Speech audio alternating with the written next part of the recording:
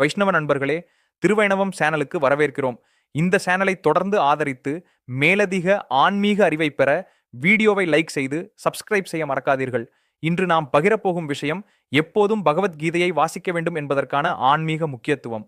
பகவத்கீதை நம் வாழ்க்கைக்கு வழிகாட்டும் ஒளியாகும். அது நம் உள்ளத்தை சுத்தப்படுத்தி நம் மனதில் அமைதியையும் நம்பிக்கையையும் ஊட்டும். வைஷ்ணவ நண்பர்களே, நம் வாழ்க்கை இன்று வேகம், பதட்டம், குழப்பங்கள் மற்றும் சிக்கல்களால் நிரம்பியுள்ளது. இன்றைய இளைஞர்கள் பல நேரங்களில் எந்த வழி செல்ல வேண்டும் என்பதில் குழப்பமடைந்திருப்பார்கள்.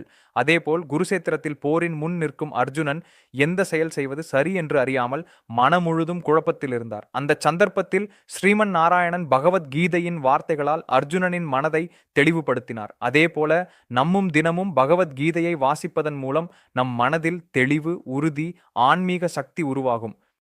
பகவத்கீதையை வாசிப்பது நம்மை முதலில் உள்ளார்ந்த அமைதிக்கு கொண்டு செல்கிறது.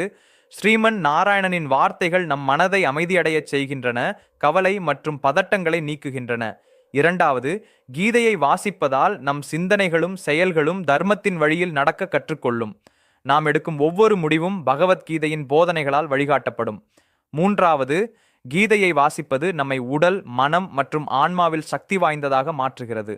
வாழ்க்கையில் எதிர்கொள்ளும் சவால்களை நம்பிக்கையுடன் சமாளிக்க கீதையின் போதனைகள் உதவுகின்றன.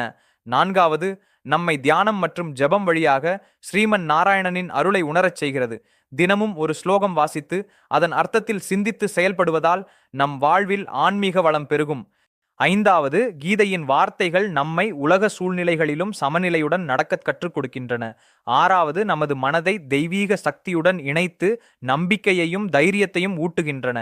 ஏழாவது, கீதையை வாசிப்பது நம்மை நாள் முழுவதும் தர்மத்தில் நிலைத்து நடக்கச் செய்கிறது. இது நம் வாழ்வில் ஒழுங்கையும் ஆன்மீக வளத்தையும் ஏற்படுத்துகிறது. வைஷ்ணவ நண்பர்களே, இப்பொழுது நம்மில் ஒவ்வொருவரும் ஒரு தீர்மானத்தை எடுத்துக்கொள்ள வேண்டும். தினமும் குறைந்தது சில ஸ்லோகங்கள் வாசித்து அவற்றின் அர்த்தத்தை உணர்ந்து பகவான் ஸ்ரீநாராயணனின் திருநாமத்தை ஜபிப்போம். தர்மத்தில் நிலைத்து மன அமைதியுடன் ஆன்மீக வளத்துடன் வாழ்ந்து திருப்பதியின் திருவேங்கடவனின் அருளை பெறுவோம். திருவைணவம் சேனல் தொடர்ந்து நம்முடன் பகவத்கீதையின் போதனைகளையும் வைஷ்ணவ சமயத்தின் ஆன்மீக செய்திகள் பகிர்கிறது. பக்தியுடன் மன அமைதியுடன் தர்மத்தில் நிலைத்து வாழ்ந்தால் ஸ்ரீமன் நாராயணனின் அருள் நம்மை என்றும் காக்கட்டும்.